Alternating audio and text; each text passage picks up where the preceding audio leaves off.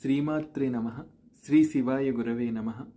సౌందర్యలహరిలోని 20వ శ్లోకంలో గారుడీ విద్య గురించిన మర్మం ప్రతిపాదించబడింది. గారుడీ విద్య అంటే మరేమిటో కాదండి. గారుడీ విద్య అంటే సాక్షాత్తుగా శ్రీ విద్య. ఆ శ్రీ విద్యా మర్మమే ఈ శ్లోకంలో ప్రస్తావించబడినది. తదారాధనగా ఈ ధ్యాన ప్రక్రియను సలిపిన వారు సాక్షాత్తుగా సర్పాల దర్పాన్ని అణచగలిగిన గరుత్మంతుని స్థితిని పొందుతారు. అటువంటి ఆరాధకుల, అటువంటి అమ్మ సేవకుల దృష్టి సోకినంతనే ఆర్తుల జ్వరాదులు ఆ అమృత దృష్టి పాతముచే తొలగిపోగలవు అని శంకర భగవత్పాదులు ఈ శ్లోకం ద్వారా ప్రతిపాదిస్తున్నారు. మరి ఆ శ్లోకం ఏమిటో, ఆ ధ్యాన ప్రక్రియ ఏమిటో తెలుసుకుందాం.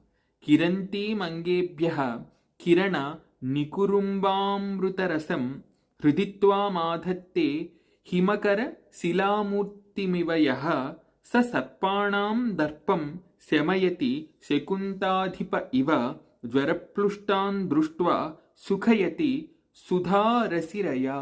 అద్భుతమైన శ్లోకము, అద్భుతమైన ధ్యాన ప్రక్రియ. అమ్మవారిని భావించాలి అంట. ఆ అమ్మవారి మూర్తి నుండి తెల్లని చంద్రకిరణాలు అంతటా వెలువడుతున్నట్టు, ఈ సృష్టి మొత్తం కూడా ఆవిడ నుండి వెలువడుతున్న ఆ తెల్లని చంద్రకిరణముల వంటి కాంతి చేత పరిప్లావితమవుతున్నట్టు భావించాలి. అలా భావిస్తే ఏమవుతుంది?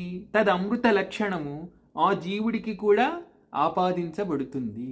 అప్పుడు ఆ జీవుడు, ఆ సాధకుడు ఎవరైతే ఉన్నారో ఆయన కూడా తన అమృత దృష్టి పాతము చేత ఆర్తుల రోగాలను పోగొట్టగలడు అనేది ఈ శ్లోకంలోని భావన.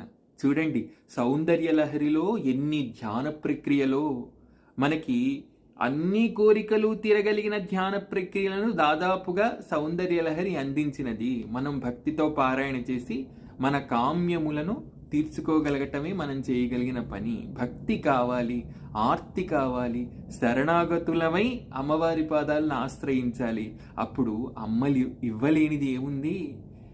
సకల సామ్రాజ్యాలు అమ్మవారి పాద ధూళి కణంలో 16 వంతు కూడా చెయ్యవు. అటువంటిది అమ్మవారి పాదాలను భక్తితో ఆశ్రయిస్తే ఆ జీవుడు పొందే స్థితిని వర్ణించటం 4 ముఖాలున్న బ్రహ్మగారికి కూడా సాధ్యపడదంటే అతిశయోక్తి కాదు. శ్రీమాత్రే నమః. శ్రీ శివాయ గురవే నమః.